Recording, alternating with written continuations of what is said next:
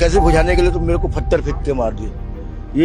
ये पूरा पत्थर फेंक के मारा। मैं घर के अंदर 3 बार फोन किए, मैंने नहीं किया, सभी लोग नहीं किए, मैंने अपने से किया, लेकिन नहीं आए। वो आए कब? जब ये पूरी पिक्चर खत्म हो गई। तो मेरे यहाँ पे जो रेंट पे है उन लोग का क्या हाल होगा बेचारे, तो कैसे कैसे कर आज पूरी गाड़ी उठा के लेके जा रहे थे रात को, हमने नहीं ले जाने दिए। जय शिवराय, नमस्कार।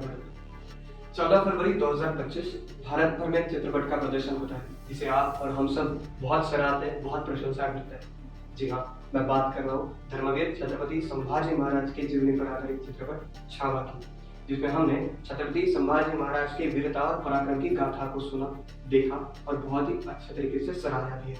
औरंगजेब के क्रूरता और बर्बरता के किस्सों ने हमारे पुराने घाव को फिर से हरा कर दिया। इसका परिणाम महाराष्ट्र विधानसभा में हमें देखने मिला। महाराष्ट्र की विधानसभा में अनेक विधायकों द्वारा औरंगजेब की कब्र हटाओ के नारे और एक आक्रामक भूमिका इसी विषय पर हमें देखने मिली।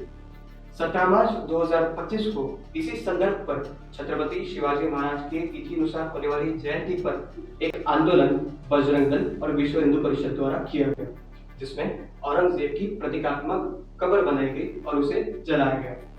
इसके बाद एक अफवाह फैलने लगी कि जहां पर ये प्रतीकात्मक कब्र बनाई और उसे जलाया गया, वहां उसी कब्र पर कुरान की आयतें लिखी हुई थी। अब इस अफवाह के साथ मुस्लिम गुट आक्रामक हो गया, जिसके पश्चात मुस्लिम गुट ने आंदोलनात्मक भूमिका ली। पुलिस ने की गई मध्यस्थी के बाद सारा मामला गणेशपेट पुलिस स्टेशन तक पहुंचा। गणेशपेट पुलिस स्टेशन में इन सारी चीजों पर योग्य कार्रवाई करते हुए एक्शन लिया गया। धीरे धीरे सारी चीजें शांत हो गई थी।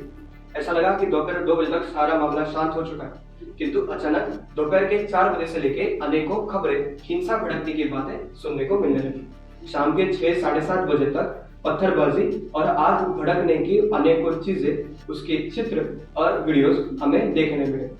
धीरे धीरे ये मामला और तूल पकड़ने लगा और पुलिस यंत्रणा और ज्यादा आक्रामक और नियंत्रण लाने के लिए सक्षम होने लगी।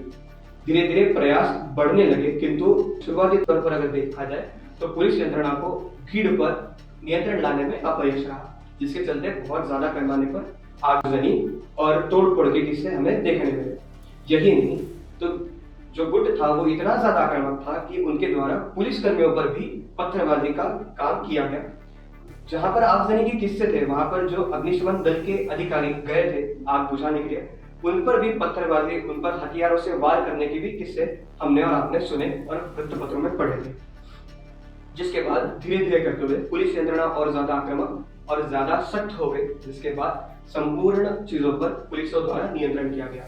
लेकिन इन सब के बीच में 40 गाड़ियों का जलना, अनेक गाड़ियों की हुई तोड़फोड़, 5 नागरिकों का घायल होना और तकरीबन 40 से 45 पुलिस कर्मियों का घायल होना, ये एक बहुत बड़ी चिंताजनक बात थी। ठरवून केल्याचा हा प्रकार आहे। संध्याकाळी वेल प्लॅन करून तिथनं सुरू करून इथे संपवण्याचा त्यांनी प्रयत्न केला आणि टिपिकल 10 हिंदूंच्या दुकानात 4-5 मुस्लिमांचे असतील तर हिंदूंच्या दुकानावर कारवाई झाली, हिंदूंच्या गाड्या फोडल्या गेल्या, हिंदूंच्या घरात घुसले गेले। इन सबको देखने के बाद अनेकों सवाल प्रस्तुत होने लगे, जिसका जवाब देते हुए पत्रकारों के साथ बात करते हुए मध्य नागपुर के आमदार प्रवीण जी दटके ने कहा कि एक बहुत ज्यादा पूर्व नियोजित तरीके से किया गया वाकया था। ये हिंसा अचानक न भड़कते हुए ये पूर्व नियोजित काम था। साथ ही इन सभी के बीच में हिंदू घरों को अपना निशाना बनाने का काम इस लोगों के आक्रामक गुट ने, दल ने किया था। लेकिन साथ ही उन्होंने इस बात पर भी अपना लक्ष्य केंद्रित करते हुए बताया है कि ये सारी चीजें होने के वाकयों के बीच में पुलिस यंत्रणा बड़े दुख के साथ उस वक्त लोगों के लिए उपलब्ध नहीं थी, जिस पर उन्होंने कहा है कि सख्त से सख्त कार्रवाई होनी चाहिए। साथ ही एक बड़ा प्रश्न जो यहाँ पर सबसे बड़ा सामने आता है कि ये सब होने के बाद दोपहर को जब पुलिस अधिकारियों द्वारा मध्यस्थी की गई, तब जिन 2 गुटों के बीच में सारा मसला शुरुआत में शुरू हुआ था, उस वक्त मुस्लिम गुट द्वारा पुलिस स्टेशन के सामने जो नारे लगाए गए, वहां पर औरंगजेब का महिमा मंडन करने के नारे देने की क्या आवश्यकता थी?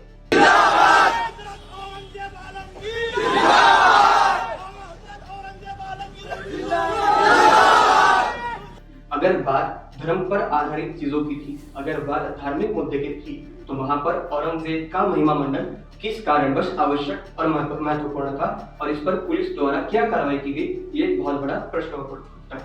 लेकिन साथ ही जो बात चिंताजनक भी है और जिस पर सभी लोगों का लक्ष्य जाना चाहिए वो ये है कि ट्रॉली भरकर पत्थर इतने कम समय में कहां से इन सभी लोगों के हाथों में शस्त्र आए, कहां से इन सभी लोगों के हाथ में पेट्रोल बम है जिसका इस्तेमाल करते हुए ये सारा दंगा, ये सारा वाकया खड़ा हुआ। प्रश्न ये भी उठता है कि इनमें जिन जिन लोगों ने भाग लिया उन लोगों पर क्या कार्रवाई की जाने वाली है या की गई है। तो आपको बता दें, पुलिस अधिकारियों द्वारा इन सारी चीजों की नोंद लेते हुए जितनी फुटेज उन्हें प्राप्त हुई उन सभी की जानकारी के साथ 600 लोगों पर कार्रवाई करते हुए उन पर एक एफआईआर तैयार की गई है। 600 लोगों पर अनेक गुनाहों का उन्होंने दाखिला देते हुए कहा है कि इन सभी गुनाहों के अंतर्गत इन सभी पर कार्रवाई होगी। ऐसे 600 लोगों की यादी पुलिस द्वारा सभी लोगों को बताई गई है। लेकिन साथ ही आपको यह भी बता दें कि वर्तमान काल में सारी परिस्थिति नियंत्रण में होने के साथ साथ सारी चीजों पर पुलिस द्वारा अपना पूर्ण अंकुश दिखता है। धीरे धीरे चीजें शांत होते हुए दिख रही है और साथ ही पुलिस कर्मियों द्वारा और अनेक वहां नागपुर शहर के नेताओं द्वारा शांति प्रस्तावित करने को लेकर संदेश और भरसक प्रयास हमें देखने मिलते हैं। नितिन गडकरी जी के बयान के अनुसार हमें शांति प्रस्तावित करने के लिए काम करना चाहिए। नागपुर शहर में ऐसी चीजें होना अत्यंत आश्चर्यजनक और दुखद भी है। इन सभी को पीछे छोड़ते हुए नागपुर शहर की जनता ने एक दूसरे के साथ भाईचारे के साथ सद्भाव के साथ काम करना चाहिए, ऐसा उन्होंने संदेश दिया। मुख्यमंत्री देवेंद्र फडणवीस द्वारा भी सभी लोगों ने शांति बनाए रखते हुए इस मुश्किल दौर में एक साथ रहने का प्रयास करना चाहिए, यही संदेश दिया। हमारे नागपुर के जो सीपी है, कमिश्नर है, उनके द्वारा भी सभी लोगों को शांत रहते हुए किसी भी अफवाह पर अपना लक्ष्य केंद्रित न करें, ये संदेश दिया। लेकिन साथ ही प्रवीण जी दटके ने एक और विषय पर अपना लक्ष्य केंद्रित करते हुए बताया है कि इन सारी चीजों के बीच में जो हिंसा फैली, इस हिंसा को फैलाने के पीछे जिन लोगों का हाथ था वे लोग स्थानिक नहीं थे। किंतु इसी बात को नकारते हुए नागपुर शहर के सीपी रविंदर सिंघल जी का कहना है कि ये सारी चीजें जो हुई है उसके पीछे स्थानिक लोगों का ही हाथ है। फिलहाल स्थिति नियंत्रण में है और सारी स्थिति पुलिसों के द्वारा केंद्रित है और शायद जल्द ही सारी स्थिति एकदम पूर्ण रूप से सुचारू हो जाएगी। आप इन सभी चीजों पर क्या विचार रखते हैं, आपके क्या इन सभी विषयों पर राय है, ये हमें कमेंट बॉक्स में जरूर बताइएगा। और तब तक आप देखते रहिए द नॉलेजेटिव व्यू। नमस्कार, मैं वेदांत चट्टे। आशा करता हूँ आपका दिन शुभ हो।